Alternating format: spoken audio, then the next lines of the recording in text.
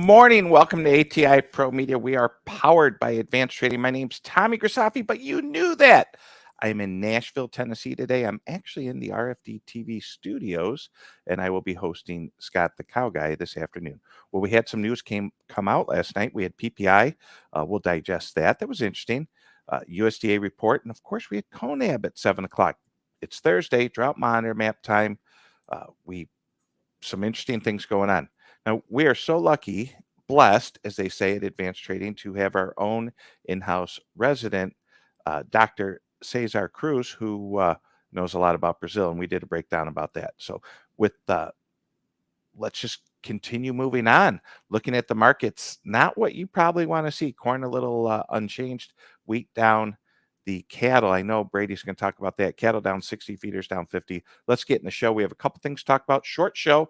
We want you all to join us at 10:55. We'll go live before the USDA report. Brady Huck, break it down for us, sir. Morning, Tommy G. We got a big day today, another one. We do. Let's get into your power deck, and then we'll talk about Cesar, and then we'll end the show. Yeah, Connor, all right. like they're not going to do it. They're not going to do it. We're going to do it, Connor. Believe it. It's happening. Here we go. Out at 7 minutes. Precip in across the heartland of the U.S. here. Look at that spot there. I don't like to see that red in Kansas, but it's been dry the last 30 days here. Percentage precip down there, but great swath up there in the northeast corn belt, northern corn belt, northern Illinois, northern Indiana. Need some rain in wheat country, though, for sure. And wheat had a great day yesterday, up 16, 17 cents, crossed above the 50-day moving average. Great to see. Guys, if you're a wheat farmer, you might want to pay attention to some of those levels and even maybe look out to 2025 values.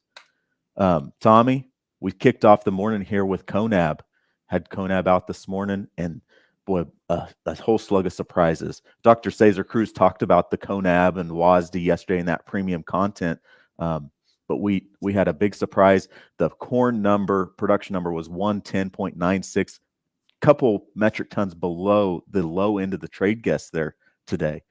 So a surprise there. The discrepancy between Conab and the USDA continues to grow. We'll see what the USDA prints here this afternoon at 11 o'clock. It's at historic wide levels. Is that correct? Yes, sir. Yep. Okay. I'm going to switch my audio here. I'm on the wrong audio. Yeah, I thought you were. I'll take over from here. I thought you're talking through your camera, huh? I didn't want to say anything because I'm new here, right?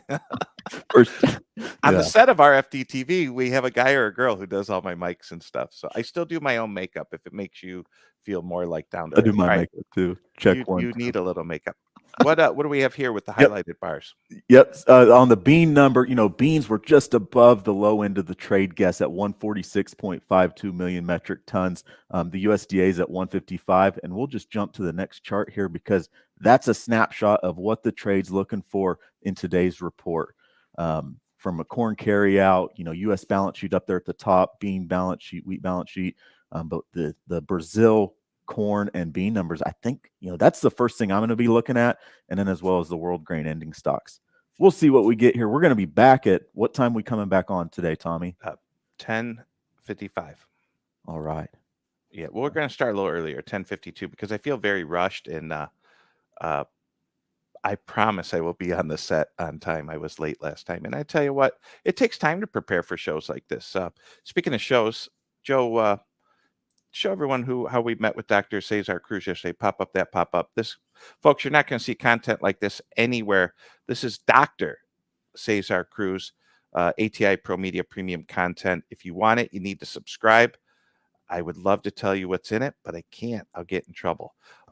Speaking of subscribing, if you don't want to subscribe, no problem. Enjoy this show this afternoon. Look at this guy here, Brady Huck, Tommy G, Connor B. Someone ring the bell. Click like, subscribe. Advanced Trading YouTube, free on YouTube. Premium content cost. All right. I am down here in Nashville, Tennessee, and I have to tell you, I'm getting less nervous to do live TV, and I think it's because I get to practice. Rumor has it that Brady Huck will be on Cow Guy Close tomorrow. Is that true? I'm a little nervous, Tommy. This is nothing to be nervous about. I drive the bus. I'm dancing. You just try not to step on my toes. That's all. You'll be in the C block tomorrow, so if that happens, I got a good feeling I know what we're going to talk about, but we'll leave them waiting for more. That's it. So there's an A block, a B block, a C block. Real quick, today, Adam Johnson's on my A block. We're going to talk about AI and how we're going to get the grid. Everyone's like AI, battery operated cars. Where the heck are we going to get the power for this? We're going to talk about that with Adam Johnson. Then we're doing Scott Bauer. We're going to touch on inflation. He doesn't know it, but depending on how this crop report comes out, I'm going to throw him some questions about He's always fun to listen to. Volatility did, and he's a volatility expert. Then we got Dr. Carol Swain on set with me, and you never know what she's going to say, but it's always interesting. I love the doctor, and I'm really excited to meet her in person. With that, what else do we have? Let's talk a little cattle. Cattle market. We had some CPI numbers yesterday that were disappointing and pressured the macro market, and I think that rolled over and pressured cattle as well. So I think some of that's affecting the cattle market there. Weights have been up, slaughter weights on fed cattle, but they're starting to turn and roll over. So maybe we're getting behind that a little bit. Slaughter levels are really light. The bull and cow market, though, lean beef, 90s trimmings is, it's hot. We're not killing as many cows, and some of these prices coming through for slaughter bulls and replacement cows or the killer cow market. That market is definitely hot. Brady, go ahead. You stay right there. Corey Ritter has a question for you. Joe, pop up Corey's question, please. Where is? Look through your bifocals. You do need there bifocals. Let me down. Go. My screen is so far away. Tom. We're gonna get you a better screen. Yeah. Corey Ritter, curious of my thoughts on limitation of cattle movement by many states. Interesting. I've seen. I haven't seen these headlines. I guess maybe I'm a little out of touch. They're last week. He's talking about like when Nebraska. Remember, they start coming out like, "Hey, at 11:59 tonight, blah blah blah blah blah," which is like kind of standard, but they tighten them up, right? Yeah. They made some more hoops to jump through where you got to call the Nebraska Department of Ag to get a permit or check another box on the paperwork that these breeding age dairy animals. That's what I understand, at least for Nebraska's case. Each state kind of has its own rules to play by, but if you're sending cattle, my dad's a vet at the sale barn here at Winter Livestock, and he has to write a lot of health papers for animals moving out of state. So we're tracking animals that go out of state already, but there's just another box to check, an additional level of food safety, animal health safety, trying to take some of those proactive measures to prevent. And if there's a case that pops up somewhere, maybe we can track it back to where it originated. So it's interesting. There's a lot of noise with the high path avian influenza, the bird flu, digging through to find the truth. In all honesty, I feel like it's just a reason for funds to get out, and I think the funds have wanted to sell this market for a little while, and they're looking for any reason to do it.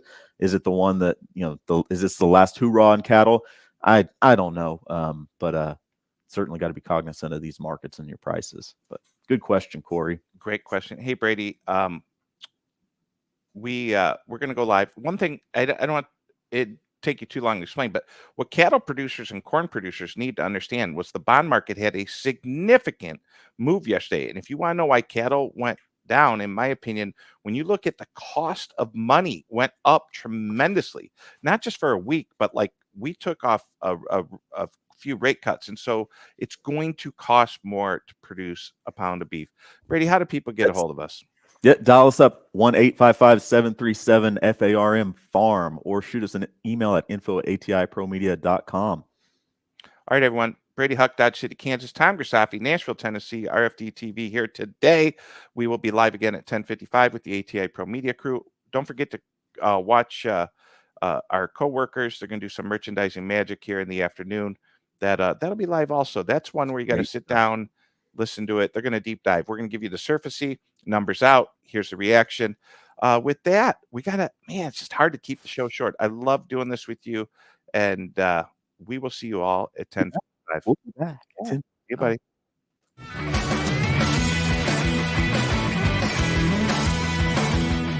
Thanks for joining us. We're here every day, 9 a.m. Central. Don't forget to like and subscribe.